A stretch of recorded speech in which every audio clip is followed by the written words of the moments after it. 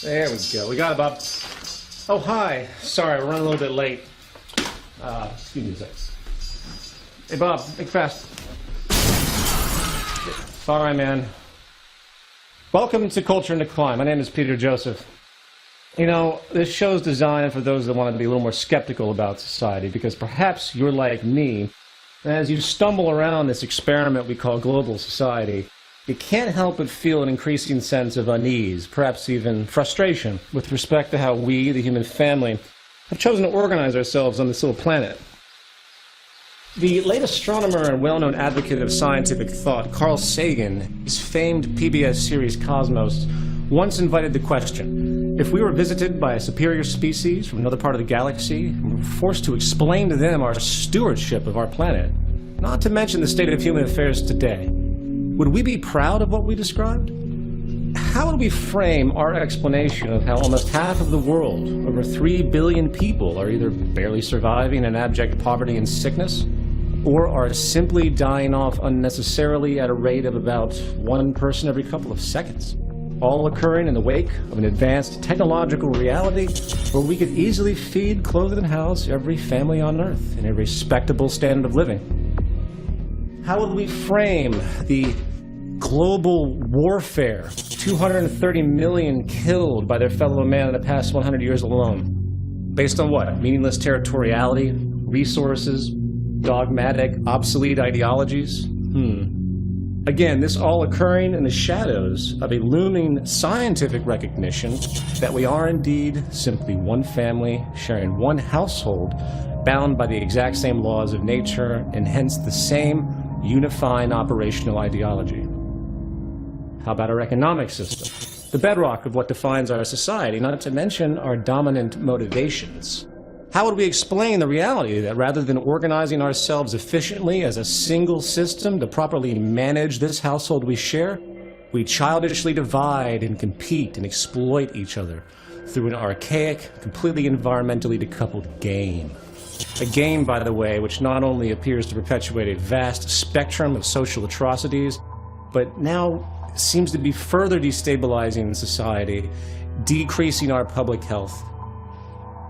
Sorry to say, as an individual, I really don't care what you believe, nor do I particularly respect it. Why? Because I don't really respect what I believe either. There's no evidence to show that any of the traditional values, establishments, or social structures, common practices we have today will be relevant tomorrow. The only thing that appears to stand the test of time is this very notion of change, the ever-evolving understanding of ourselves and the world we inhabit. Perhaps some might think that that's actually the definition of human intelligence. What do you think about that? Less about what we know, more about how vulnerable we are. So when you look out your window, ask yourself, do you see intelligence or do you see dogma? Do you see a culture listening and working to realign itself with the ever-emerging natural orders as they unfold? Or do you see desperately stubborn efforts by many, particularly those in positions of power, trying to keep everything the same to the detriment of the entire human experiment? You know, like you, I might be only one member of this family that is now 7 billion strong. And like most families, yeah, sometimes it's hard for us to agree. But sometimes things get so bad, we need serious intervention. The following series is that intervention in the hope to salvage what is clearly a culture in decline.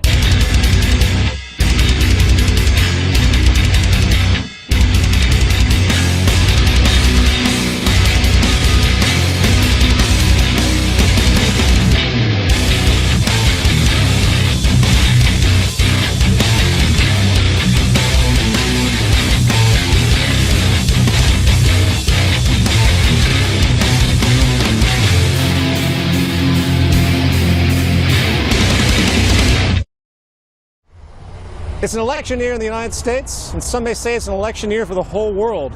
Still the dominant empire, the United States political system has spent roughly $25 billion in the past decade alone. An amount of money, if averaged and distributed annually, could house and feed every homeless person in America, effectively ending the epidemic. Perhaps like me, by the end of this program, you'll find that money will be better well spent. Be that as it may, The 2012 presidential election is gearing up to be one of the most expensive and ostensibly important elections of all time, given the ongoing debt crisis, the unemployment crisis, and the vast destabilization we see across society. However, I'm not particularly interested in the left or the right, or am I interested in any candidate's political merit.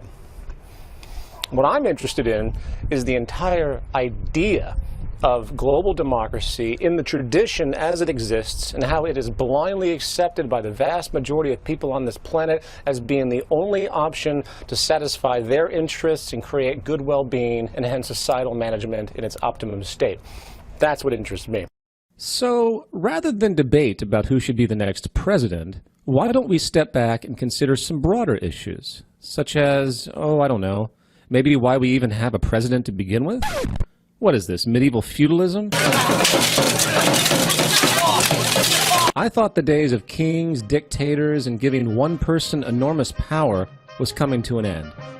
Or, more generally, doesn't it seem a little absurd to claim a participatory democracy when the public itself actually has zero say when it comes to the actual decisions made by those elected? It's bad enough that those voted in have literally no legal responsibility to do anything they might have claimed on the campaign trail. But if you examine history, you will find the historical fact that the public good has always been secondary to other interests, mainly financial and business interests. Of course, this is common knowledge now, right? I mean, why did the US government, completely against all known public interest, allow the private banking system, a system which actually creates nothing, to be bailed out to the tune of $13 trillion? You have a $14 million oceanfront home in Florida. You have a summer vacation home in Sun Valley, Idaho. You and your wife have an art collection filled with million-dollar paintings. While the public was left out to dry with overflowing private debt, job losses, and a stagnating economy. You know, if we're going to persist with this silly little game we've concocted called the growth economy, where the movement of money defines everything, it might be a good idea to do the math regarding what might actually help this economic system operate at some passable level. Therefore, if you raise taxes on the so-called rich, you're really raising taxes on the job creators.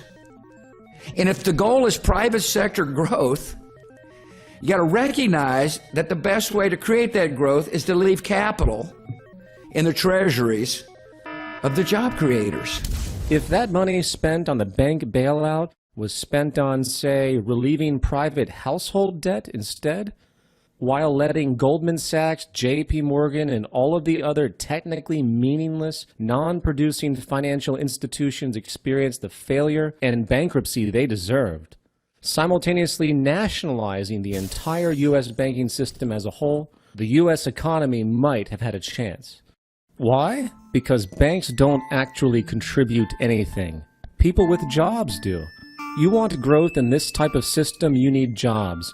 You want jobs, you need demand, and demand requires people having free money to spend. So by helping the public debt burden, you would plant the true seeds of economic growth. Well, of course, as obvious as that may seem, many forget one thing. The bailout had nothing to do with helping the U.S. economy, nor does it or will it work to help any hurting, sovereign economy in the world. Why? Because we live in a plutocracy, not a democracy, and the only true power is actually behind the curtain, not in front. The financial and business powers not only own and control this country, they own and control the whole planet. And no, it's not a conspiracy, it's a values system disorder. As long as a dollar sign is associated with every blade of grass, every plot of land, every fleeting thought or invention, not to mention judging the merit of individuals for their right to life through labor, we should expect nothing less. Since the inception of the state itself, coupled with the underlying power of money as the ultimate driver of human decisions and hence persuasion, the true power has always been financial. And those little people you elect into office every couple of years, they have owners too. And don't you forget it. democracy. Is that something you believe in as it exists today in America? Well, when you say as in believe in, does it exist like forest fires or God or the devil? What is your opinion of the American democratic system as it exists? It's broken. It's deeply, deeply broken. Democracy goes, of course, to Greece, and it's the theory that the people own the government. And is it in practice happening in 2012 in this country? Not close. It's a corporatocracy. So all of this considered, let's now think a little more accurately about this whole democracy deal. Since the tradition of our democracy has to do with representatives elected to apparently do our thinking for us, a critical question becomes, where do these people come from? Why are they the ones on your TV and not others? Did you decide that these people are the best choices to compete for such critical leadership? Or have you noticed that the most pronounced candidates, especially the presidential, sort of come out of nowhere and through the media are given credence merely by repetition of exposure? The term democracy comes from the Greek demos, which means people, and krates, which means rule. And so the people of a given society express their opinions through votes, and policy is created by the majority's interest. It appears the process was formalized in ancient Greece and has been adapting ever since. However, it didn't take long for a bit of cynicism to emerge with respect to the process itself, given the fact that the entire basis of the idea assumes that the voting public actually is educated enough to know what they're doing. Franklin D. Roosevelt once acutely stated, "Democracy cannot succeed unless those who express their choice are prepared to choose wisely. The real safeguard of democracy, therefore, is education." Winston Churchill, on the other hand, was a little less forgiving, stating, "The best argument against democracy is a 5-minute conversation with the average voter." And, of course, the infamous Mark Twain jumped to the inevitable punchline, stating, "If voting made any difference, they wouldn't let us do it." I would like you to ask yourself, if we were in the ruling class, the investment ownership class, to paraphrase Thorstein Veblen, and we wanted to preserve our interests against any interference, what would we do? Well, first we need to take the broadest possible view we can. We need to make sure the voting public is as uninformed as possible regarding relevant issues that might contradict our establishment's practices. Coupled with that, we also need to eliminate as much independent, logical, causal, scientific thought as possible. So, let's support an extremely underfunded, outdated, and deprived public educational system. A system focused on merely getting a person a job one day, not teach them how to critically and logically think. At the heart of democracy really is the basic assumption that the public is well educated about critical thought, they know how to think about things and evaluate, and therefore they can make proper decisions, right? What is your opinion on American education and hence its effect on the democratic process? I think that, we have multiple problems in the education in America. One, I think we're dealing with the dumbing down of America. And do you feel that this sort of poor educational system actually benefits the establishment? Oh, absolutely. Absolutely. Keep them stupid, keep them easily entertained. If they're uninformed, they can't fight back. However, to further reinforce this, we also need to push and reward belief systems that support passive obedience. Belief systems and values that are stubborn, irrational, and promote closed thinking. Religion becomes super helpful in this circumstance. Is it possible that religion is being politicized and that candidates are using it as a tool? I believe that God created the universe. And we're enjoined by Scripture and the Lord Jesus to oppose it with all our might. Let us not pray that God is on our side in a war or any other time, but let us pray that we are on God's side. May God bless the Seventh-day Adventist Church. I thank the God who loves us, the God who gave us life, who gave us our being. And so to every sailor, soldier, airman, and Marine who's involved in this mission, let me say, you're doing God's work. If people are groomed to be obedient and follow blindly, they are ripe to extend that obedience to others who claim authority. Check. Next, it's critical we recognize a unique sociological characteristic of the human condition, something we will call herd psychology. This is the tendency for us humans when faced with mass appeal to often behave in extremely thoughtless and malleable ways. In the words of Charles Mackay, famed author of Extraordinary Popular Delusions and the Madness of Crowds, "Men, it has been said, think in herds. It will be seen that they go mad in herds, while they only recover their senses slowly and one by one." However, this doesn't just apply to, say, a soccer riot. Such mob persuasion can be generated through simply shared cultural events. Remember September 11th? Talk about mass insanity. This event created an immediate crowd madness with fear and revenge. And it didn't take long for the US government, and other governments in fact, to harness that madness and funnel support for draconian legislation and illegal invasions. However, this herd psychological tendency is not only very useful for implanting and guiding perceived issues of importance, it is also critical in setting rigid limits of debate, creating the tendency for those who begin to question beyond those limits to be ostracized and rejected by the herd itself. You know, if someone talks about a more equitable distribution of income in society, all the growth that has occurred in our country over the last decade or more has gone to the upper 1–2%. Fucking communists. If someone speculates about the obvious power manipulation and corruption, God damn it, I am so sick of these conspiracy theorists and their lies. The Federal Reserve does not collude for its own self-interest. And heaven forbid we get those do-gooders who want to actually apply modern scientific knowledge and improve society with it. Yeah, right. Feed, clothe, and house everybody on Earth with technology? Utopian jackasses. Remember, probably the greatest way to control human thought is to establish a deep fear of social rejection and associate that fear to culturally taboo subjects. So, that groundwork in motion, we now have to deal with the pesky problem that the public just might wise up enough and work to maneuver a person into political power that will cause us problems. Therefore, some more specific structural safeguards are in order. Basically, we need to make sure those unwanted candidates are unable to get anywhere near the major outlets for public digestion. And if they do, the practice is to treat them like freaks. Are you suggesting that heroin and prostitution are an exercise of liberty?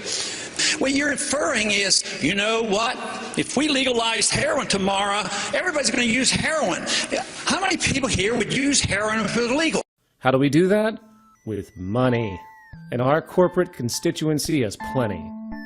We just need to make sure the use of this money for political influence goes uninhibited. In a U.S. Supreme Court 1976 decision, the freedom for a candidate to use unlimited personal money for their campaign was deemed illegal, equating spending money with the right of free speech, in fact. What this translates to, in effect, is the removal of any regulated fairness of expression, and hence whoever has the most money has the most resources and hence effect. Perfect. However, let's secure this a little bit farther.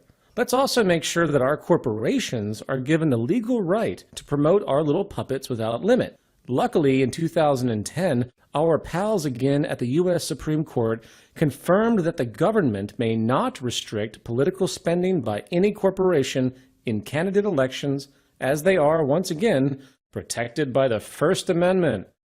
So now we can buy mad ad space to promote whoever we want as much as we want, drowning the opposition in the media. And double check. Okay, now those broad measures in place, it is still important to control the basic unfolding of the electoral process from start to finish. The best way to do this is to create a false duality, the illusion of competition between parties. We need a two-party system that constantly argues with each other in general, but still upholds the basic elitist policies we need to maintain our advantage. The beauty of this dominant two-party farce is that it not only gives the public the needed illusion of choice, it more importantly oppresses those upstart third parties. As we know, these annoying, self-righteous third parties have been troublemakers from day one. The civil rights amendments, women's suffrage, broad worker rights, child labor laws, and other agitations for industry all came from these rising third parties historically, not from the dominant established group, us. So we need to be vigilant here. We need to get the public so used to this two-party dictatorship that they don't even mind if the two parties are given direct control over most of the electoral process itself. They need to have the power of organizing the rules of electoral redistricting, the primaries, the caucuses and debates, and of course we, the ruling class, will moderate their actions through lobbying, campaign contributions, exactly what the free market promises, the freedom to manipulate everything. So meet our friends, the Commission on Presidential Debates, or CPD. In 1988, the Democratic and Republican parties, or the Demo-Publicans as I like to call them, established the Commission on Presidential Debates. Posing as a nonpartisan institution, the CPD successfully took control of the most influential election event, the presidential debates. The CPD, which is a private corporation co-chaired by the former heads of the Republican and Democratic parties, decide through secret contracts who is going to participate in the debates and what is going to be talked about. So those pesky third parties, along with controversial ideas, can only come into play if the Demo-Publicans decide they can. I mean, really, can you imagine what would happen if those annoying social upstarts actually were able to go up against the trite, miserable logic and narrow subject matter typical of our rigged debates? But for the nurse, the teacher, the police officer who, frankly, at the end of each month, they've got a little financial crisis going on. They're having to take out extra debt just to make their mortgage payments. We haven't been paying attention to them. And if you look at our tax policies, it's a classic example. I'm sorry to interrupt, Mr. President, but I couldn't agree more. However, don't you feel that the tax policies and other common acknowledgments about what is hurting the average American is actually quite benign when compared to the very foundation of our economic system? Making money out of debt, charging interest on it that doesn't exist, which means that there is always more outstanding debt than there is money to pay for it.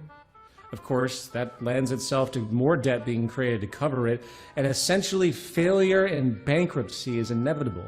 Not for the upper classes as much as the lower middle classes, of course. Why? Because the lower classes are the ones taking the loans for their home and their car, while the upper class are actually making interest income. Rather than paying interest, they actually make interest through their deposits and investments. Obviously, this secures a massive growing class divide structurally. Is that not something worth considering? No? Oh, and as a final point about the CPD, our corporations can now directly donate to them, hence the parties, imposing our financial influence and hence agenda even more, making another end run around that pesky legal legislation barring corporations from contributing directly to political campaigns. A beautiful end run. However, nothing's perfect and you can't be too careful, and sometimes good old-fashioned time-tested tactics are needed. And nothing is as old-fashioned as good old direct electoral fraud. So let's get some of our corporate buddies to build some voting machines with really terrible integrity and get them in as many critical spots as we can. Yeah, I know it's sloppy. It has already become public that the machines can be hacked remotely with about $10 in materials and an 8th grade science education. But since most Americans are completely distracted by their debt, lowering standard of living, and ongoing job losses, the liberal media falls on deaf ears. So, let's recap. Free-thinking people tend to recognize the need for ongoing adaptation and change. So we need to make sure education supports the existing tradition through mere rote learning, not critical, logical thought. Next, we establish clear limits of debate in the culture and make sure those who go beyond the pale are shut down by endless ridicule and debasement. Then we need to harness the herd psychology and guide it through our media to either identify with the issues we need in the forefront or distract them outright.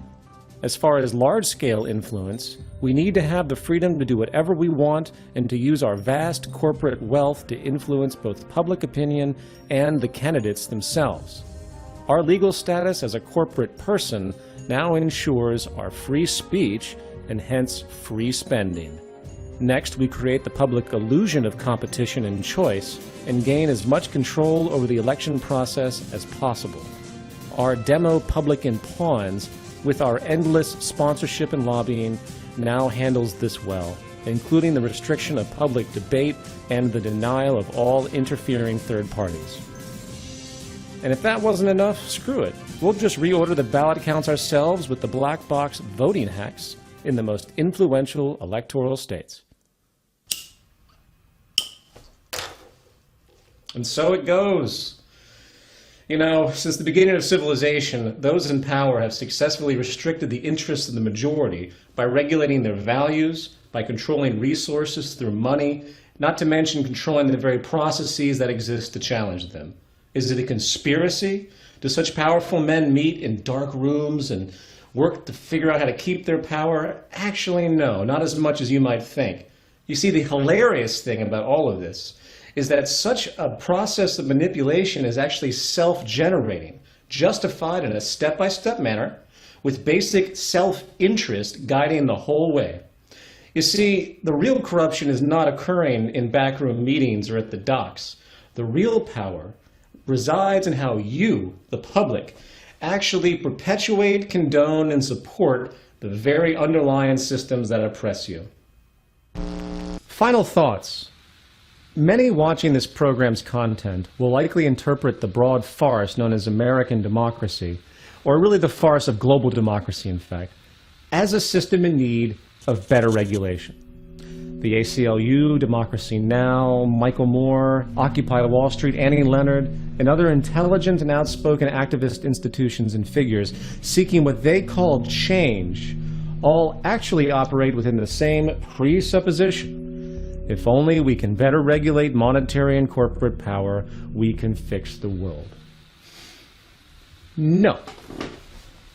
I'm sorry to say that until the social premise itself, and hence the fundamental psychological drivers of our economy, imbalance, scarcity, narrow self-interest, exploitation and competition, until those are altered to the extent that the system begins to reward and reinforce collaboration, human and ecological balance, efficiency and sustainability, nothing is going to really change.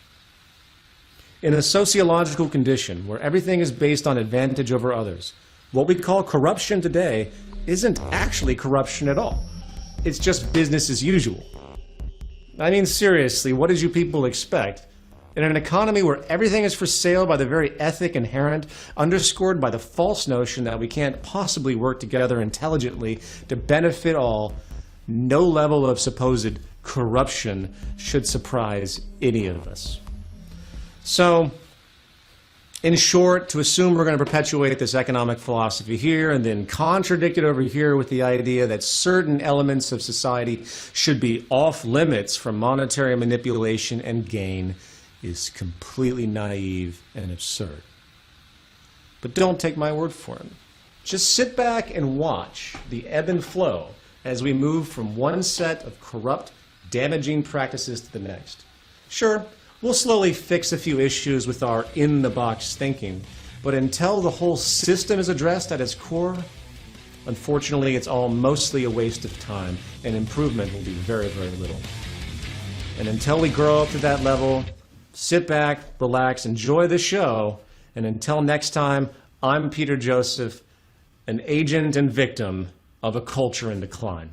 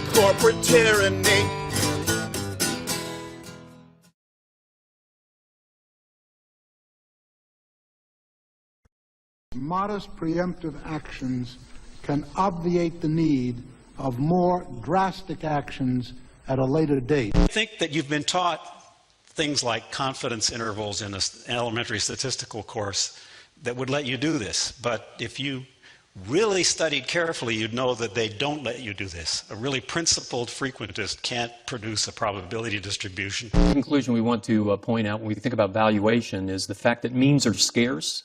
I alluded to this already, that as finite beings, we can't will our ends to be attained. Statistical description of the government's net of interest surplus. Deflation, they think that yields could drop to, say, less than 1% on the 10 years and less than 2% on the 30 years. That would effectively be a takeover of monetary policy by the Congress. Daunting, right?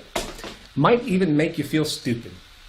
Perhaps it's no wonder then, while even with the ongoing economic failures across the world, inequality, increasing poverty, debt collapse, bank failures, unemployment rising, very few today seem to be able to understand, let alone discuss, modern economics. Outside, of course, the delegation game, where the only attempt at solutions people know is the mere shifting around of the deck chairs on the Titanic, assuming some new politician, central bank policy, or corporate legislation is going to save the day. Well, some years back, after coming to the conclusion that our politicians, legislators, and established authorities just might be provably incompetent when it comes to the truly intelligent management of our society, I started to look for questions and answers on my own. Asking those questions about things that many today either seem to take for granted, ignore, or even worse, assume that they have no capacity or business investigating at all, since our credentialed authorities in control must be smarter, more informed. It's a sad staple of modern culture, you know, the old relax, turn on the TV, keep going into debt, and pump out a bunch of kids while you're at it. But most importantly, keep showing up at those jobs, which you have likely already fooled yourself into believing serve some legitimate social role. Remember, the 1% of the world that owns 40% of the planet's wealth did not get that way with you understanding how the world really works. Nevertheless, and such cynicism aside, I decided that I needed to start again, if you will, and ask some fundamental questions about stuff most simply have written off and forgotten. If you were to take a poll today of our species, asking what truly are the most fundamental questions that pertain to human survival and prosperity, such as, I don't know, what really supports human life, how food grows, what energy is, what creates and reinforces good public health, what defines a useful or detrimental belief system, you can rest assured that the vast majority would have more concrete answers about baseball statistics, fashion trends, sitcom plots, and religious scriptures. Not to demean the cultural pleasures and creativity of expression that creates enjoyment in this life, but we have a distortion of priority that has proven incredibly detrimental to the future of our sustainability on this planet, where the majority, facing clear mounting problems, not only doesn't understand what the root of such problems really are, they don't even know what questions to ask. And today there is no greater destructive ignorance at hand than the vastly delusional concept known as modern economics. And it is in this fundamental context that I found the most interest. So what is an economy? Where does its foundational premise go from? What are we relating to exactly? How is societal organization finding a benchmark for itself? Is there a benchmark? What are we doing?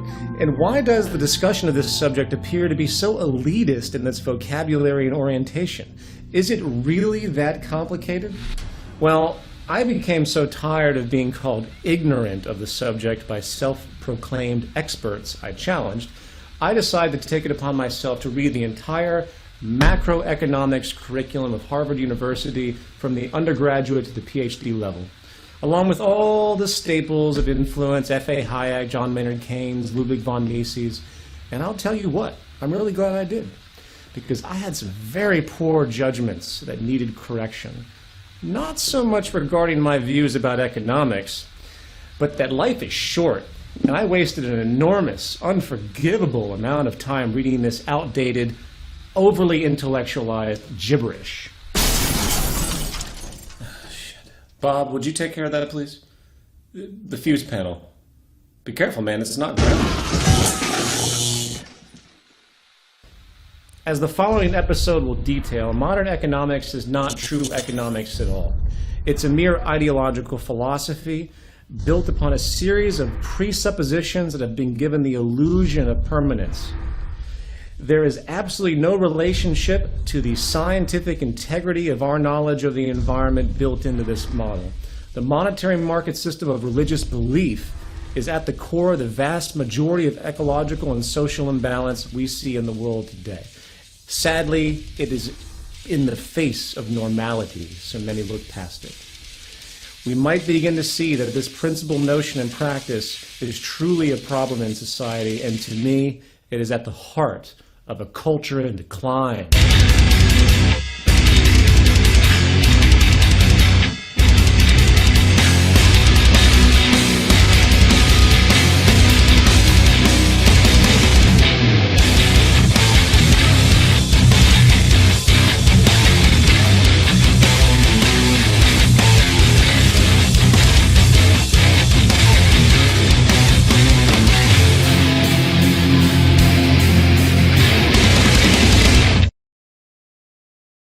Earth.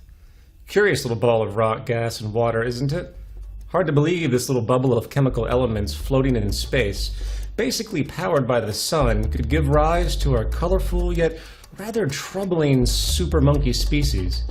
A species often appearing pretty serious in its interest to destroy its habitat. Though I should say, pretty serious in its interest to destroy itself. What is democracy? It's got something to do with young men killing each other, I believe. Excuse me a second. Bob, what the hell was that?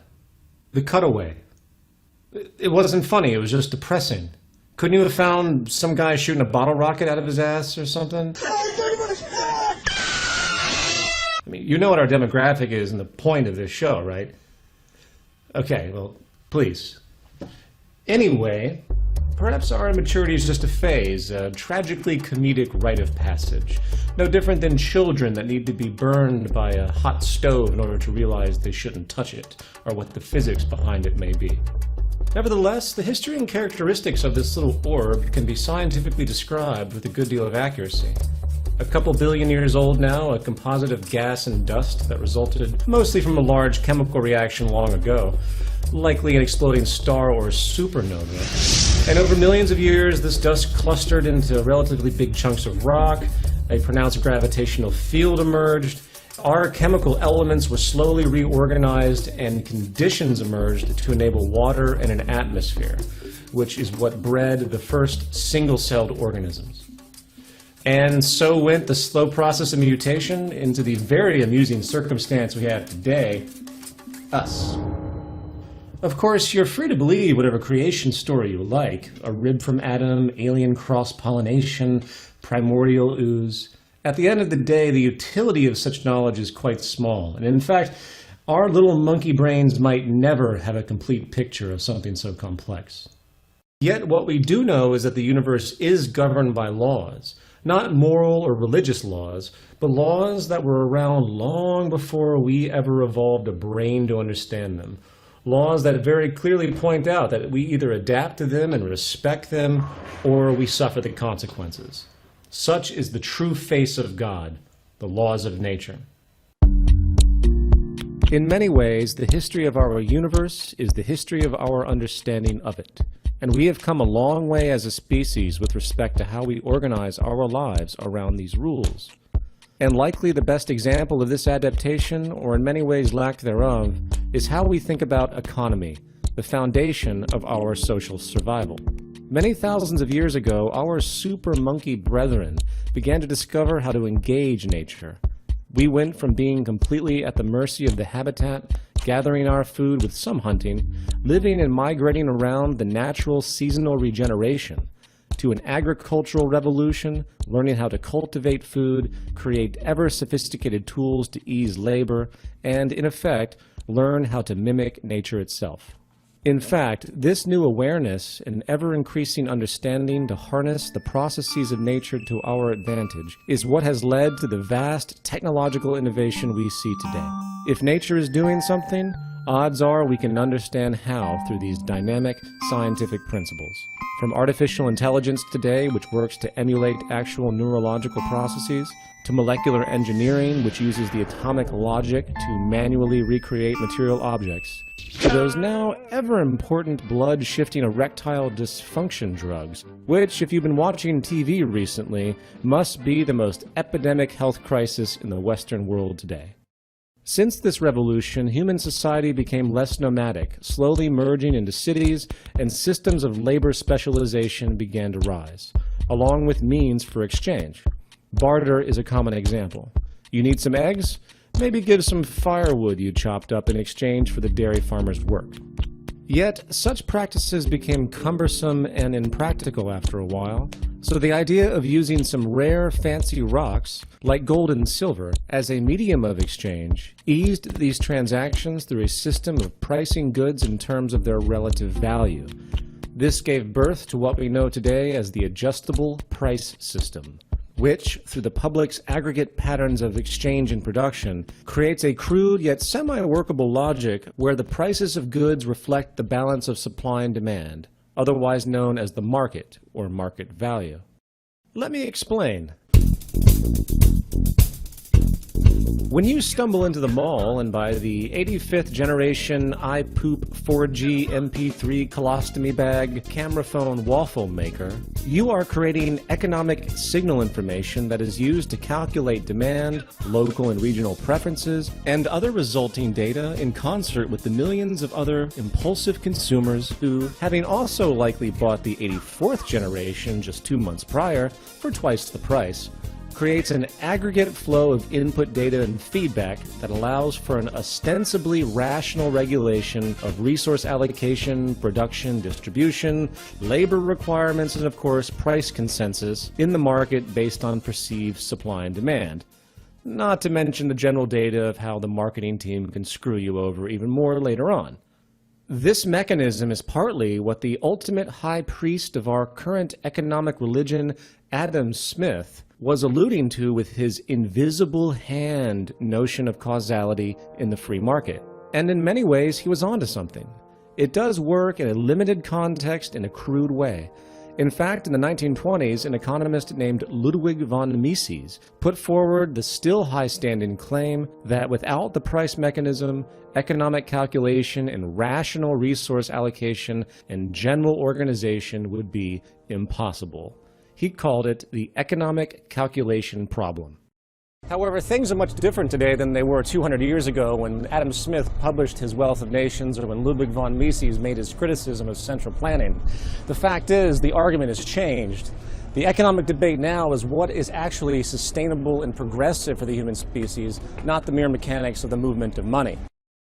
While it is true the price system might allow for the basic calculation of supply and demand data to help rationally allocate labor, preference, distribution, and the like, it ignores the real operational factors that relate to true, efficient, earthly management, hence the true definition of economy, which is optimized efficiency on all levels. For instance, there is no consideration for optimum resource allocation based on the material's most efficient purpose. Rational allocation of resources is not rational if the most conducive use of those natural materials scientifically is not directly considered and brought into comparison. There is no consideration for the organizational efficiency of technical production itself. And all you have to do is analyze the waste machine of globalization to see this insanity at work.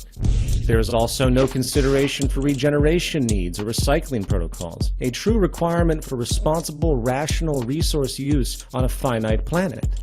Nor is there any true production or distribution efficiency in any optimized scientific sense, as such a means is, as will be described more so in a moment, also counter to the inherent logic of the market system itself.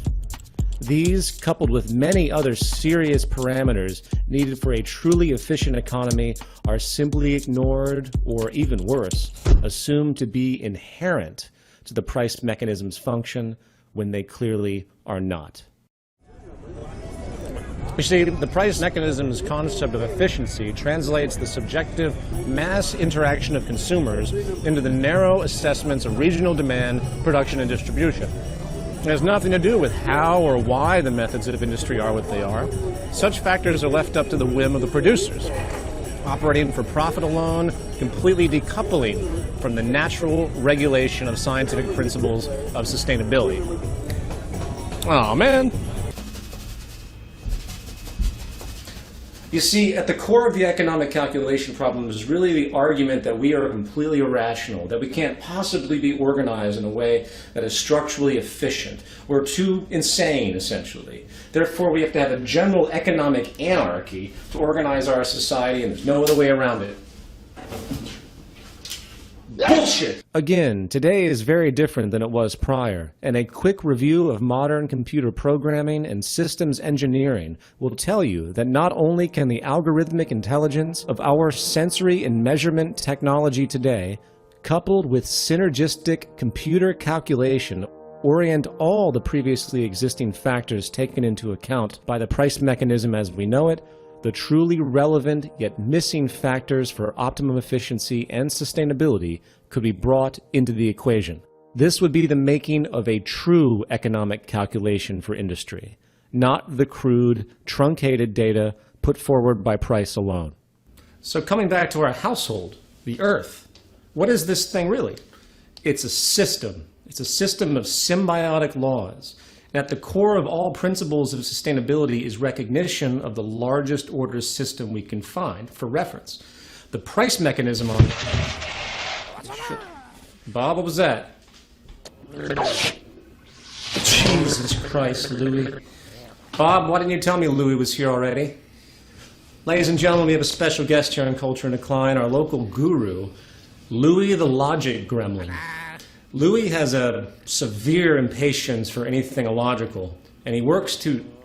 Okay, Bob, you gotta get the goddamn demo publican back in his cage, or Louis is gonna freak out. Oh, shit. Cut the camera.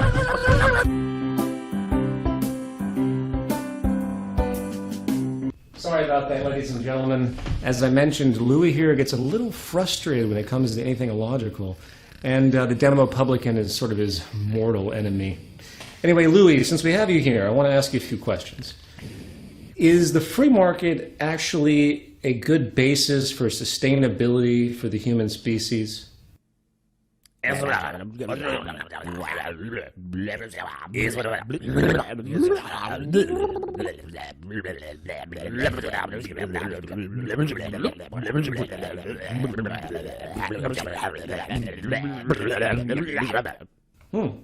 yeah. Well, what about infinite wants and human needs? How do we calculate such complexity?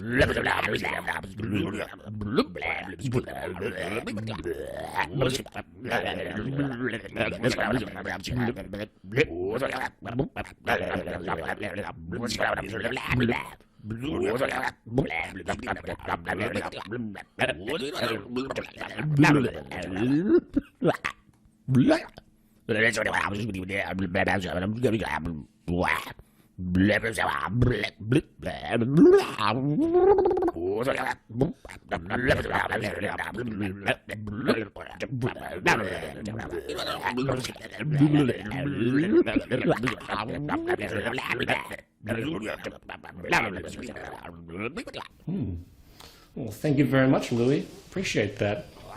Well, there you have it, folks. However, logic aside, opinions about our economic system range dramatically. So to gain some public consensus on the issue, we now go live to our New York Culture and Decline correspondent, Big Scotty D. who's live on Wall Street. Thank you, Peter. This is Scotty D in front of the New York Stock Exchange. Today we're here in New York City just to try to talk to some people on the street and find out a little bit about what's going on in the world perception of economics. Culture in decline, man on the street. Sir, do you want to talk about the economy? Would you like to talk about the economy? Would you like to talk about the economy? I really suck at this, but I don't think people want to talk about the economy either. Oh. However, there was one guy who was willing to talk to me. What do you feel is the definition of economics? Standing here in front of Wall Street, I'm just curious, what do you think economics is? Well, I would say that economics is really it's just based on money, the things that go on from over here by Wall Street. It's just money that makes the system, generate throughout New York City or wherever in the world. But it's just mainly a money thing which make the world go around. I know what you're thinking. You're thinking, what is this guy talking about? But in reality, he probably knows as much about economics as I know about interviewing people on the street. And it seems like most of us really don't know what the economy is all about anyway. Back to you, Peter. Man on the street. Is it me, or have you noticed that there is more for sale in the world than ever before? And I'm not referring to goods in your local store. Today, the market rationale is that everything is for sale and nothing is sacred. Need some cash? Why don't you rent out your forehead to commercial advertising? Or better yet, why don't you buy the life insurance policy of your elderly neighbor, and when she dies, you can get a nice payout. Yup, it's legal. Or maybe it's the little things that make you happy. So rather than put that blow-up doll in your car to use the carpool lane, just buy it like you can in Minneapolis. Or maybe you have an itch to slaughter that endangered black rhino in Africa. Well, you can. Costs you about $150,000, but hey, it's there. 150, boy, I can't wait to eat that rhino. Or more seriously, maybe your kids are not excelling well at school. Well, the market has a solution. Pay them. Pay them to read and get good grades, like they do in Dallas, Texas. But perhaps that's overkill, because by the time they hit college age, most prestigious universities will look the other way for admission once a nice hefty donation is made for that new library wing. Want to serve your country but are tired of all those pesky UN war rules and poor pay? Just join the growing legion of private military contractors who are slowly replacing the U.S. military in general. Or how about love? Need a date but don't want to wade through all the fog? Women will now go on dates with the highest bidder on some dating sites. Forget chatting, just fork out a couple $100 to entice the woman of your choice to allow you to pay for her dinner. I'm sure it will be a long-lasting relationship. Or perhaps most important, does your business need a law passed to secure profits? Well, just hire a lobbyist to influence Congress. As the prior episode of Culture in Decline denoted, there is nothing in the political and legal spectrum that is not clearly for sale. In fact, why do you think the court system allows most offenses to be cleared with monetary fines? But even if you do something really bad and you're stuck in jail, don't fret, because in some cases you can pay about $80 a night for a nice upgrade to a clean, quiet jail cell in the nice area of the prison. You name it, you can buy it, and nothing is sacred. 143 years after the passage of the 13th Amendment to the U.S. Constitution, and 60 years after Article 4 of the UN's Universal Declaration of Human Rights banned slavery and the slave trade worldwide, there are today more slaves than any time in human history, trafficking about 30 million for various profit schemes. But what about ethics, you might ask? Well, what about it? Ethics and morality continue to be redefined by the economic ethos of the day, and when a Wall Street trader makes millions of dollars betting against the currency and hence prosperity of another country, I can assure you he is sleeping like a baby at night. And why shouldn't he? He is simply doing what is rewarded and reinforced by the economic system at large. You see, the market's inherent psychology has nothing to do with anything except its own perpetuation. When you hear politicians tell you that they are invading some poor country to bring freedom and democracy, you need to understand what those words really imply. The freedom they bring is market freedom, and the democracy they bring is the democracy of purchasing power, the freedom of using money for influence, the freedom to, in fact, restrict the freedom of others. However, let's get back to this technical stuff. Putting aside the distortion of market rationale that now puts everything for sale, putting aside the false premise that the price mechanism actually properly calculates the true attributes of a sustainable and efficient economic practice, and putting aside the basic value system disorder radiating out of the overall basis of unfolding, let's now take a little quiz. Welcome to Modern Economics 101. Question 1. If you lived on a planet with finite resources and an expanding population, would you encourage an economy based on the need for growth and consumption to keep everything going? Correct answer? No. The fact that our economy literally requires constant consumption and growth to keep GDP afloat and people employed is the hallmark of not an economy, but an anti-economy. Question 2. If you were a producer, would you make goods to be as durable and adaptable as possible given the finite nature of resources and an interest to maximize labor productivity? Answer: yes. Today it's the opposite, and not only are all goods inferior the moment they are made due to the cost efficiency needs for corporations to remain competitive, most companies also engage in what is called planned obsolescence, which deliberately reduces good quality to encourage repeat purchases for more profit. Question 3.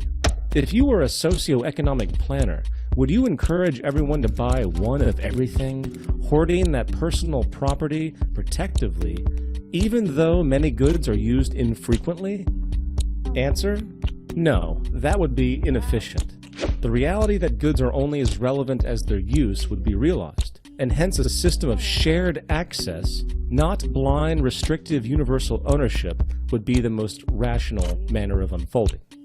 Question 4. What about incentive? Would you push a cutthroat competitive environment where everyone is out for themselves or their little group? Correct answer: no.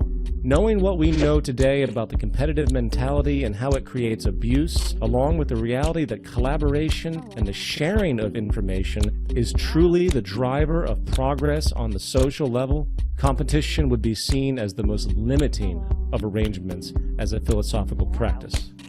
And question 5. What would be the basis for reward today? Would you require every human to submit to each other for labor as to achieve the means for survival? No, that would be crude and counterproductive given the state of technology. Modern technical capacity has the ability to increase productivity beyond anything known in human history, not to mention secure more safety and efficiency in general. To push human labor for income in the face of this tool for vast improvement is just absurd. Final thoughts. If we were to take a step back and reflect upon how our human family is behaving across the world today, from Western materialism to Islamic extremism, from nuclear war to necrophilia, we are faced with a dark yet extremely entertaining reality. The very real fact that we are monkeys in the wild, barely out of the jungle on this planet, in the words of the late great George Carlin. Inching out of the dark ages, in fact, from a period of deep fear and confusion with respect to who we are, what we're doing, how we relate to each other, not to mention how we relate to the habitat that spawned us. On one side of the spectrum, we have a vast spectacle of human conceit, stubborn ignorance, so much so that if you're like me, sometimes you wonder why we should try at all. That maybe this species deserves everything it gets, and its fate as an evolutionary cul-de-sac, a failed genetic mutation, might be an ideal hope for this universe. Cynicism aside, however, it's easy to see that there is a growing change in the minority, which will slowly become majority if we let it. An awakening is happening. An awakening where people have stopped imposing their traditional ideals and various ideological baggage on the world and instead are starting to listen. Listening to what the tools of our ingenuity has afforded us. Listening to the message of nature itself. And if there is any context which needs a serious intervention with respect to the natural laws that govern us, if there is any context where we need to simply pay attention, prepared to drop all of our prior assumptions and change accordingly, it is in the economic context. Economics is not just some arbitrary abstraction for processing and distributing resources. It is an underlying value molder that programs us into modes of behavior that extend into all areas of our psychology. It is the active global religion, whether people like it or not. And for those of us that wish to see reason triumph over dogma, we have a long, long road ahead. Advocates of the free market model of economics will tell you that there is no other system possible to calculate society, that the competitive basis is the only way to incentivize our primitive culture. They will tell you that reduced economic interference of government is the key to preserving the true integrity of the market economy and also preserve our so-called liberty, which they say would be quickly corrupted as tyranny and oppression must occur if any type of collaborative, designed economic practice was applied. They talk of the true free market, a utopian ideal that claims the invisible hand, if allowed to run without interference, would alleviate the poverty, deprivation, abuse, corruption, conflict, and inefficiency so common in the world today. Well, as with all religions, delusion is common. Because today the market is actually more free than ever, with the state being nothing more than a parent corporation working to assist its commercial subsidiaries which support it. Everything is for sale and no one is accountable. All natural laws and physical realities that would comprise the basis for true technical, earthly efficiency and awareness and reasoning that, if allowed, could literally transform the world into a place of vast abundance and prosperity never before seen, have been buried and dismissed, only to be overshadowed by a certain kind of efficiency, market efficiency, an efficiency that tracks money and money alone, an efficiency that is literally decoupled from everything that supports and secures life itself, an efficiency that is circular in its reasoning as it has no recognition of the physical laws of nature. The laws of nature, which are in fact the only real true government and regulatory system that has or will ever exist. But then again, who's to say it matters? Maybe we should all just take it in stride. Maybe this reality show of humankind, this satirical, tragic parody of itself, to be sure, doing all it knows, maybe this is the way it is, and our brains, our genes are messed up, and we're just waiting for the final laugh track when Spaceship Earth slams into that psychological brick wall. I guess time will tell. And until then, sit back, grab some popcorn, and keep watching the greatest reality show of all time.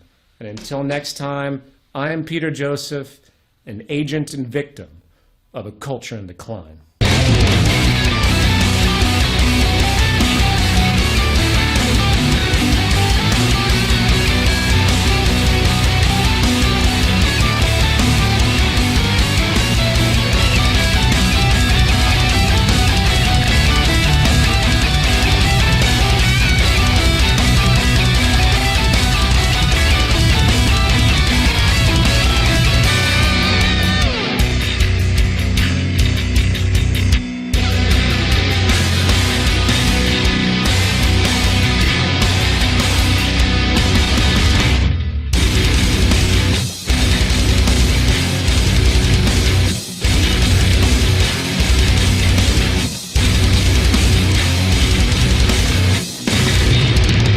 Would you like to talk about the economy?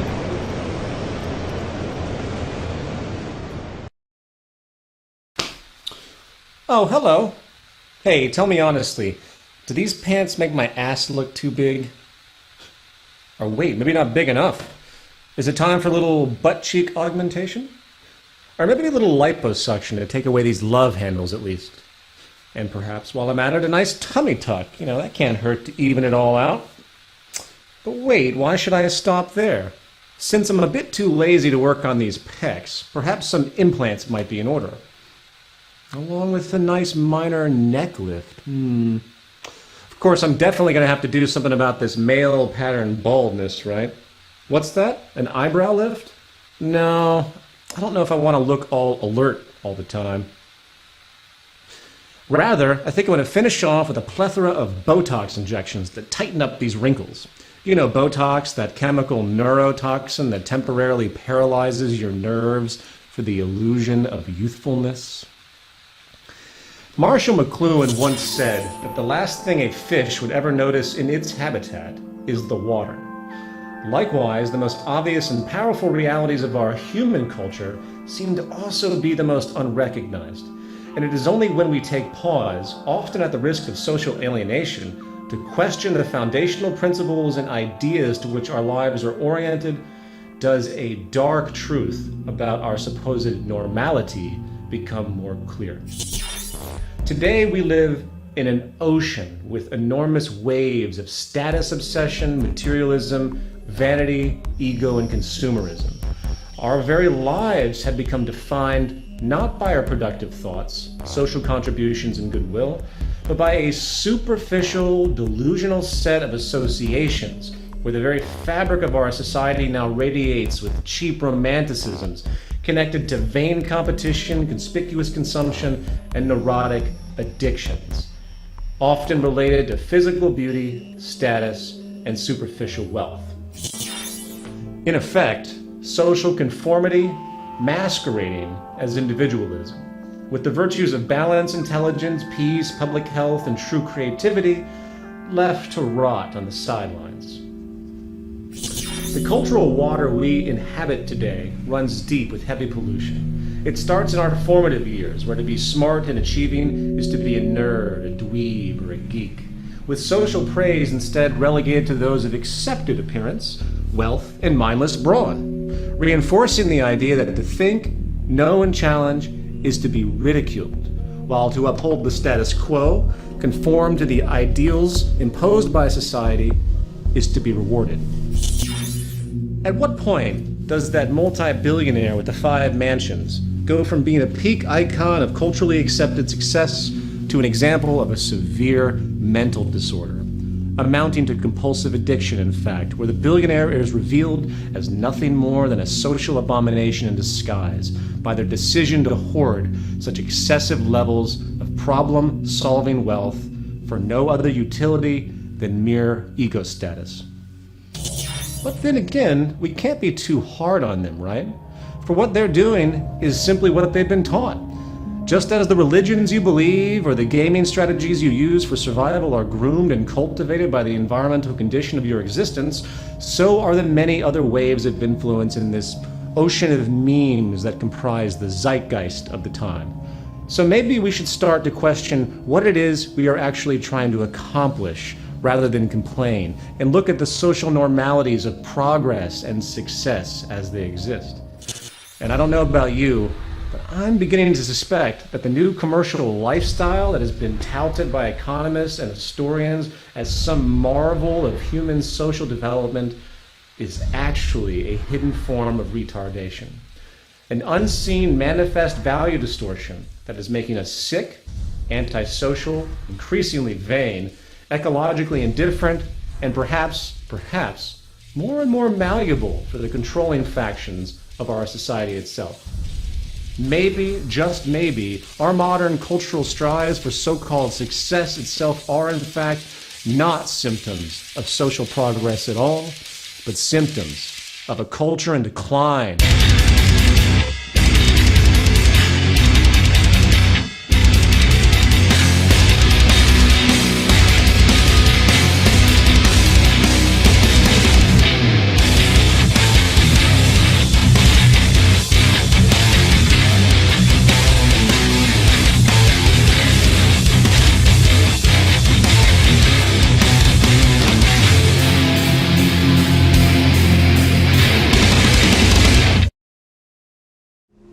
A new disease has struck America, rapidly moving across the world.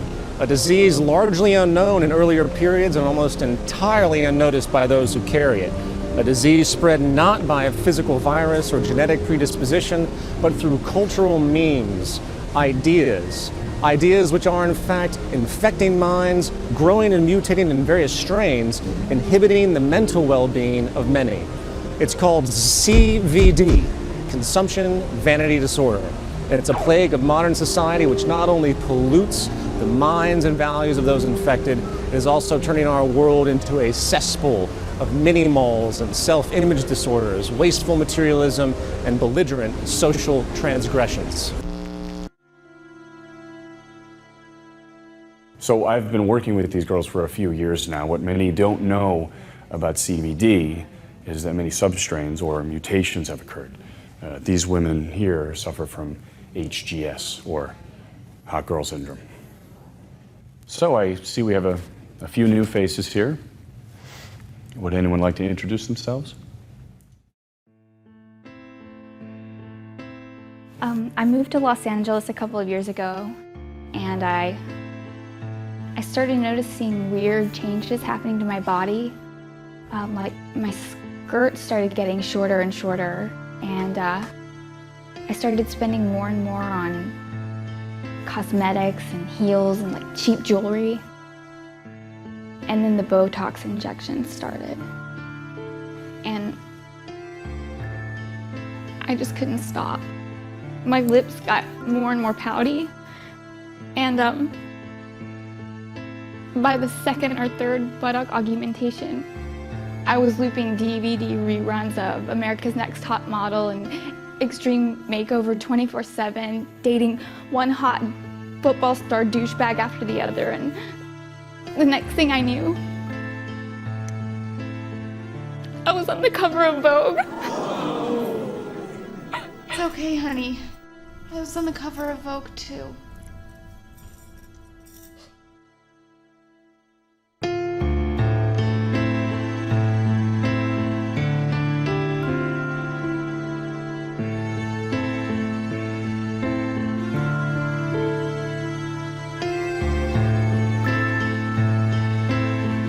If we go back to the early 20th century, we find a critical crossroad for industry, where the rapid technological advancement was beginning to challenge the most basic foundation of traditional economics, and hence, social operation.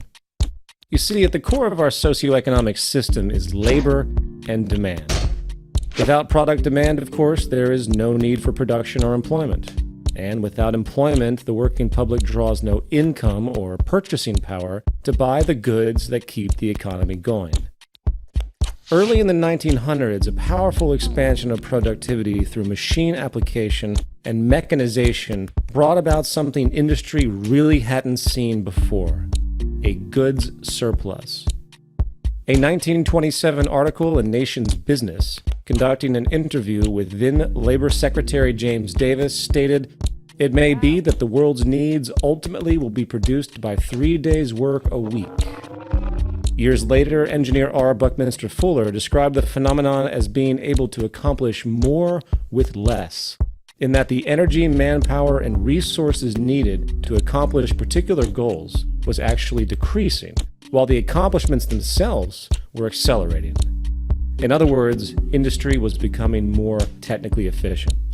However, pre-20th century America and Western society in general maintained an ethic of being frugal overall.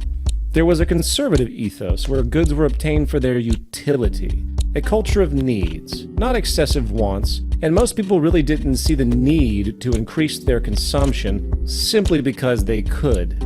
So, the ruling industrialists and social planners had a choice at this point. Either the system was to be adapted to this new more with less productivity, which could mean a rise in leisure time, a shortening of the work week, and an adjustment of pay scales and good values to reflect this newfound abundance as need be. Or something more dramatic had to happen. The very underlying values and affections of the culture would need to be altered, where the very idea of consuming became a utility in and of itself, to consume for the sake of consuming. in order to maintain the status quo. Well, needless to say, given the very nature of capitalist philosophy, the latter, what's that? Oh, right.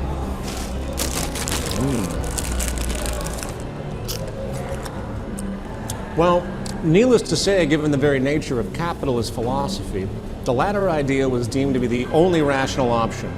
The current ruling ethic of ever-increasing profit and gain by industry could not be compromised.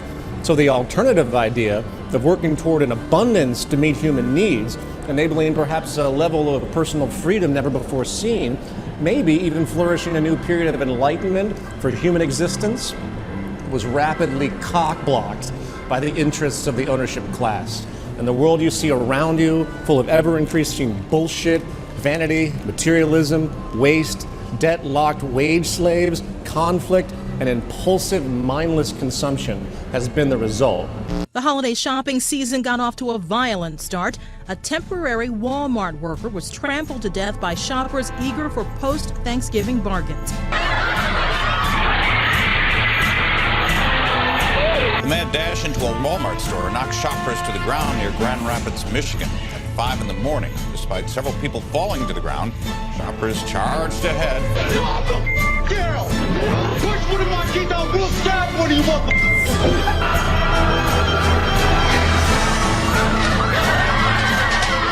Another incident here, a 28-year-old pregnant woman was knocked to the ground by that same crowd. Witnesses here at the scene say that woman actually suffered a miscarriage. And in Southern California, shots rang out inside a crowded toy store.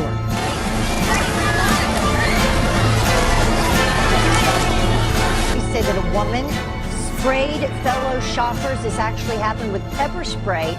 Meanwhile, those who knew Damore called his death senseless. They act like animals. Just to buy something for $5, say $5, they actually murdered this guy. How long have you been out here? I've been out here 3 days. In your own words, what brings you here? TVs. My kid wants what they wanted, an iPad, I believe, the Samsung. But what happened was that they don't sell on that half price. That's too bad. So, a lot of pushing and shoving happens in the stores. I remember seeing some stuff on the news. Have you ever had that experience before? Not on Black Friday at a music concert, but I know how it feels, so I'm prepared. So you're ready to push people back? Pretty much.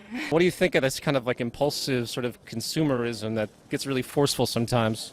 I don't know. I feel like it's going to be a lot of stress for everybody. Meet Eddie Bernays. He is considered the father of modern advertising. Most famous for turning the largely abhorred word propaganda into the fluffy, warm euphemism public relations, Bernays haphazardly took popular ideas from Freudian psychoanalysis and began to apply them to advertising campaigns. The idea was simple: link and exploit the very primitive social urges common to most humans, such as sexuality and status, to a product.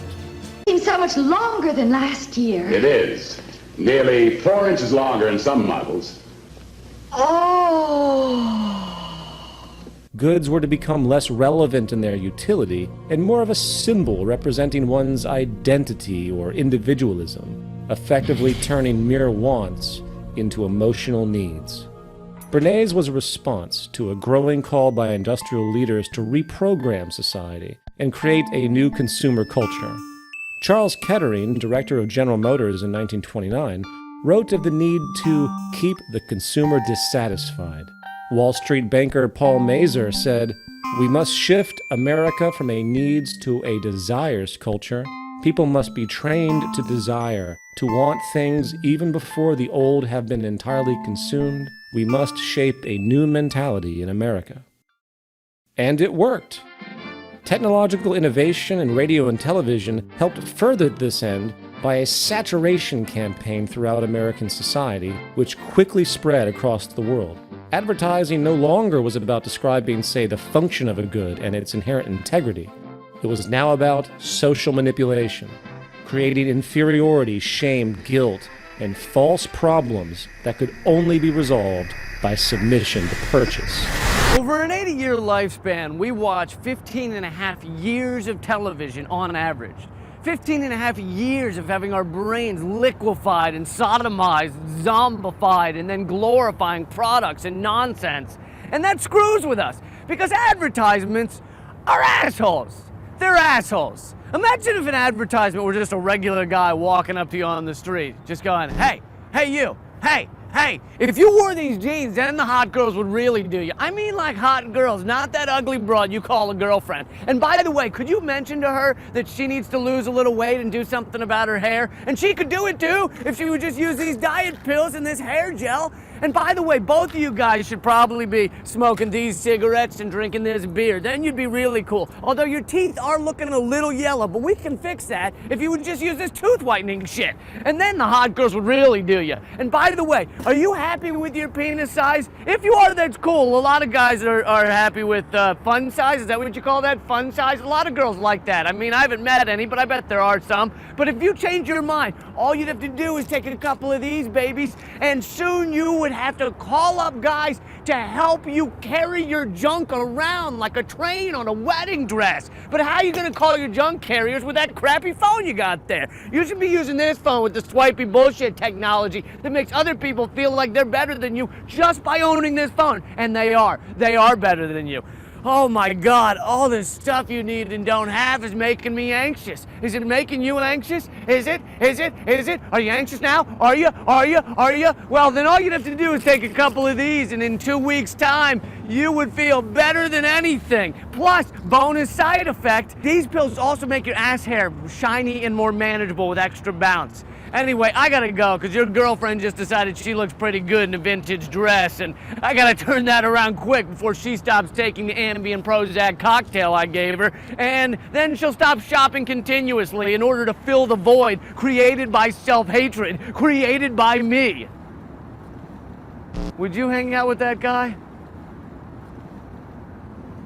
You see, at the core of advertising is the exploitation of our deep social nature. It turns the empathic community identification into a weapon of external judgment and relative insecurity. And in fact, some years back, a multi-year study where Western television was brought into a culture which had never experienced it before was conducted on the island of Fiji. By the end of the observation period, the effect of materialistic values and vanity took a powerful toll. A relevant percentage of young women, for example, who prior had embraced a style of healthy weight and full features, became obsessed with being thin. Eating disorders, which were virtually unheard of in this culture, began to spread, and women specifically were transformed. But let's return to our history lesson. This vanity, materialism, and obsessive consumption neuroses, as powerful as it is, was not quite enough to ensure the stability of the capitalist religion and the ongoing benefit to the ownership class priests. The engineering of consent through advertising aside, the technological age brought another nasty problem for business: increased product efficiency. Not only was production moving faster than traditional consumption, the actual quality of individual goods were increasing as well, due to scientific advancements in design, making needed repeat purchases increasingly less common. Well, this was no good. Remember, the core driver of labor, profit, and consumption, hence the core driver of our economy in general, is scarcity and inefficiency. In fact, the enemy of the market economy has always been competency, and the better and long-lasting a good is, the worse it is for industry. So the water broke, and planned obsolescence was born. In 1932, industrialist Bernard London propagated a pamphlet entitled Ending the Depression Through Planned Obsolescence, where the idea of universally making poor goods to generate more labor demand and growth seemed logical. Some even wanted to make it mandatory for all industries, legally, where life cycles were decided not by the natural state of technological ability, but by the mere ongoing need for labor and increased consumption. In fact, the most notable historical example of this period was the Phoebus light bulb cartel of the 1930s, where in a time where light bulbs were able to last up to about 25,000 hours, the cartel forced each company to restrict light bulb life to a mere 1,000 hours to assure repeat purchases. And in time, this eventually became the strategic approach for all industries. And if you were to sit down and compare the true efficiency possible today to what we're actually doing to keep this waste and deprivation machine going, you would puke in your soup at the lost possibilities. And the final component to note here relates to the problem of purchasing power itself. A fail-safe was needed to ensure monetary circulation and so-called growth, even if the purchasing parties didn't have it. Well, welcome to credit expansion. Credit access has been, in reality, the core driver of economic growth in the West for a very long time. And a quick glance at the private and public debt today globally shows that it is not an anomaly for a person or country to live far beyond its financial means. It is indeed the set fashion. The amount of debt existing globally today far exceeds the entire global money supply itself, and it has been this borrowing from nowhere that has compensated for the inherent limits of employment and wages. However, as bothersome as all of this may seem with respect to ecological irresponsibility and cultural neuroses, the rabbit hole runs deeper. We often forget that the undercurrent of the last couple thousand years has been that some in our species are apparently more deserving than others, and the slavery, exploitation, and ensured deprivation of one group for the advantage of another was considered some law of nature. During feudalism of the Middle Ages, social divisions were clearly defined, with the king and his nobles and barons, etc., holding control of the legion of serfs who were essentially slaves in exchange for basic resources and moderate protection. A common theme during this period was that a genetic or religious superiority of the kings and his constituents gave them the right to dominate. However, as feudalism inched into state monopoly mercantilism and then into open market capitalism, the view of the average peasant laborer, or working class wage slave as they exist today, mutated to where whatever minor protections existed prior was removed to support a doctrine where if a person is not able to obtain work in the market economy, their right to life or mere existence is completely without security. Adam Smith, David Ricardo, and Thomas Malthus, and other pivotal figures of the dawn of modern capitalism make it very clear that the system they advocate is not for everyone. It isn't as though they actually wanted it that way. They weren't Nazis or anything. But when you consider the scarcity-driven world which they lived, it did seem natural enough. Adam Smith, observing the nature of a social order defined by property relations, stated, "Civil government, so far as it is instituted for the security of property, is in reality instituted for the defense of the rich against the poor, or of those who have some property against those who have none at all." David Ricardo, building on Smith's invisible hand, pseudo-Darwinistic view of market survival, extended the notion to where the inevitable poverty and deprivation of the poor was to be a societal law of nature like gravity, with Malthus going so far to say that you only do harm to the poor by trying to help them. He stated, "Instead of recommending cleanliness to the poor, we should encourage contrary habits. In our towns, we should make the streets narrower, crowd more people into the houses, and court the return of the plague." Of course, many hearing such rhetoric today naturally react in apprehension, not understanding the source of such cold perspectives. Again, if we went back to pre-industrial Europe and witnessed the vast imbalance, scarcity, and poverty, perhaps in fact due to population outpacing production capacity, your intuition might draw the conclusion that the carrying capacity of the land simply can't handle the current population. You might also then come up with some very convenient justifications as to why some are to live and prosper and some are to die and be deprived. Why some deserve a great deal of wealth and honor, and while others must be condemned to destitution and subsistence. So it is very easy to see how this classism has held strong, even though its counterparts of racism and sexism have slowly subsided in modern culture. Today, all economic schools of thought, from Keynesian to Austrian, support a will of the market theme, where your value is measured not by the fact that you exist as a human being, but by the place you hold or don't hold in the economic machine. Consider this quote by Ricardo.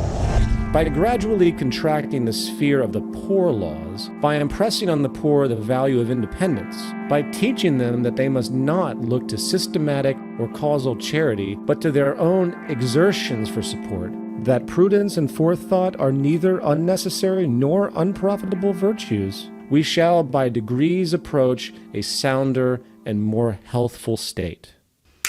You see, the myth of this system is that people get what they work for, as though it's a level playing field, as though the competitive nature doesn't inherently breed corruption. Wrong! Oh, man. Bob, what's he doing here? So what kind of bullshit is Peter Joseph Stalin feeding you people this episode?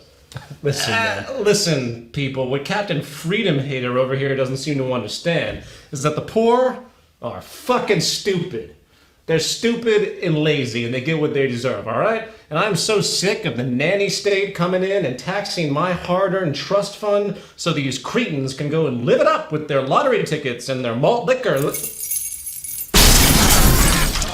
Sorry, Bob. You all right? Put him back in his cage. Now, it is at this point you might be asking, what does any of this have to do with consumerism? Well, if you understand the traditional ethos of market capitalism and how it refuses to accept the possibility of taking care of everyone, coupled with the resulting delusion that those who do end up benefiting most must be smarter and more worthy of existence than others, as though it's some law of nature, the role of consumer culture today takes on a very different purpose. It exists as a powerful means of social control and maintaining the status quo of class division and subjugation. It helps perpetuate a trend that has been around for a long time, since the age of ordained kings who were destined to rule over and exploit the weak masses. You see, the individualistic material selfishness glorified today not only perfectly accentuates the classic economic values of Ricardo and Smith, it also reinforces modern neoliberalism, where the view of detached, independent, narrow self-interest and narcissism is held as deeply sacred, while any attempt at working towards a broad social consideration, working towards a community environment, is heretical. Simultaneously, it compounds class division, since the consumer culture has created an abstract sense of competition and status where to have more than others is equated to success. Suddenly, 1% of the population owning 40% of the planet's wealth is even more vindicated, along with how one can step over homeless people on the street and assume that they must be that way because of their own lack of initiative, laziness, or general inferiority. Modern consumer culture, the consumer vanity disease, ensures that the public remain distracted and at war with itself. It ensures that profits from these wasteful and unnecessary purchases, driven by emotional dissatisfaction, will continue to perpetuate and justify the wealthy elite. And it ensures that the poor and miserable of the world will be kept in their place, because guess what? It must be some law of nature. Final thoughts. Likely the most hijacked and delusional concept in the world today is that of freedom. In political poetics, historically, it went from a general interest to ensure quality of life and remove oppression, really, to a marketing gimmick to sell you things you don't need to ensure the integrity of an inherently elitist, corrupt political economy. I don't know about you, but I really don't give much of a shit about how many different kinds of toothpaste or deodorant I can choose from in a grocery store. While I'm given simultaneously the farce choice between two politicians clearly of the same breed in an election. I really don't care much for the freedom of being able to concoct, say, a grande white mocha double espresso non-fat steamed milk stirred unsweetened caffeine-free jerk me off slap my ass latte with extra whip at Starbucks. You see, the best form of social control is the kind where the illusion of choice actually persists, and the consumer vanity obsession rampant across the world now embodies the new form of democracy. Forget about the oligarchical plutocracy that continues to rule and destroy the world, Just focus on the rich celebrities on the cover of that goods catalog masquerading as a literary magazine. Forget about how financial and monetary gain is a measure of success and how delusional it really is, for the psychological phenomenon of relative deprivation has shown that having more and more luxury often does not make you happy, only more neurotic, insecure, and antisocial. Forget about the ever-increasing use of antidepressants and other mental health disorders that have emerged around our materialist society, and do what many do instead. Go shopping! Today, the act of shopping really has become a form of therapy for people if you're paying attention, an artificial means to feel better about oneself. And forget about the reality that the greatest lie behind the political system is that there can exist political equality in the wake of perpetual economic inequality. The fact is, the toxic condition that we've created around this new materialistic freedom is at the root of the vast waste of not only the Earth's resources, but the vast waste of human potential and human integrity itself. The more you own, the more you're owned. And as an aside, everyone's beautiful when they smile. Sorry, ladies and gentlemen, I'm late for my pedicure. So until next time, keep those eyes glued to the worst yet greatest reality show of all time. My name is Peter Joseph, and I, like you, am an agent and victim of a culture in decline.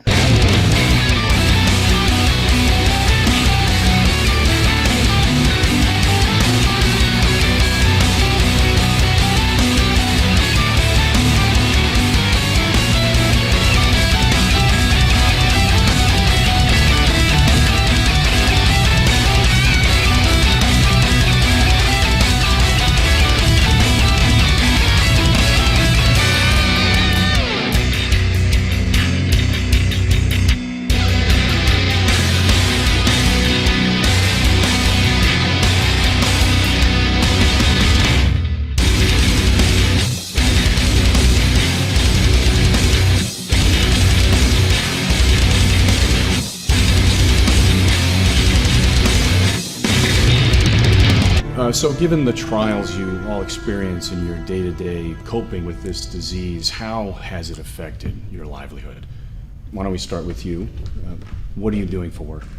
Porn. Victoria's Secret model. Porn. Louis Vuitton model. Porn. Guest model. Porn. American Apparel model. Okay, porn.